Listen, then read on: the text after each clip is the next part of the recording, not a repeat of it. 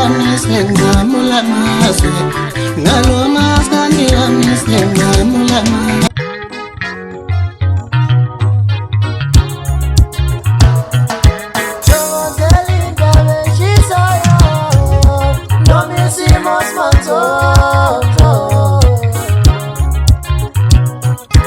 Lapho singamukela umbukeli lapha emakhaya kwesimanje sokuphatha indaba zamaskandi ehamba phambili ifika ngesikhathi.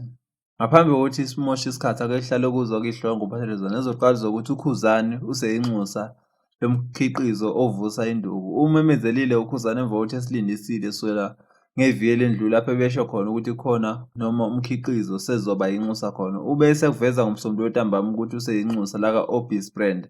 Le mkhiqizo lo usebenza ngokuvusa induku nezinye izinto eziphathela izitho zekamela.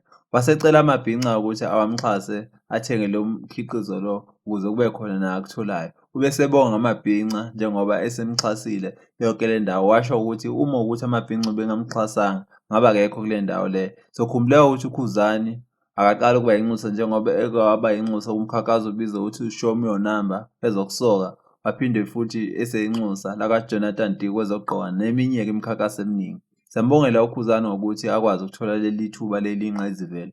Ubese esho uKhuzani futhi ukuthi i-albhamu yakhe yakulo nyaka u-2020 iyaphuma ngomhla 27 November. Wasesivezela nawo kwamavidiyo akhombisa ngokusobala ukuthi uyapheka e-studio. Hosh 27 November 2020 album loading.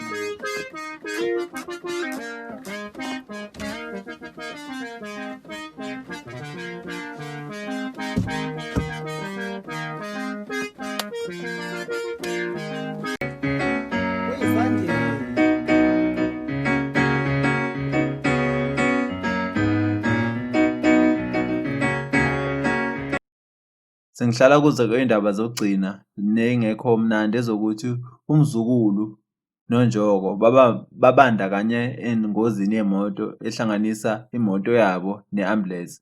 Le moto le ibihamba umzukulu iphele nya njengoba uyibona la esithombeni. Kodwa okujabulisayo ukuthi akekho osandlulile kule ngozi. Mase siphinde sifisela ukululama ngokushesha kuNjoko njengoba uyena osasesibhedlela. Sokhumbuleka futhi ngonyaka ondlule ukuthi uNjoko uphinde wabandakanyela kwenye ingozi yemoto lapho aphuma khona futhi nemhuzuma. Mase simfisela-ke ihlahla futhi uNjoko njengoba kubonakala ukuthi lezi ngozi lezi ngathi ziyamfuna ibhele njengoba bengaqali nakulo nyaka. Kwesimanje ake sibambe la indaba sizohlangana futhi ngokuzayo. Siyabonga.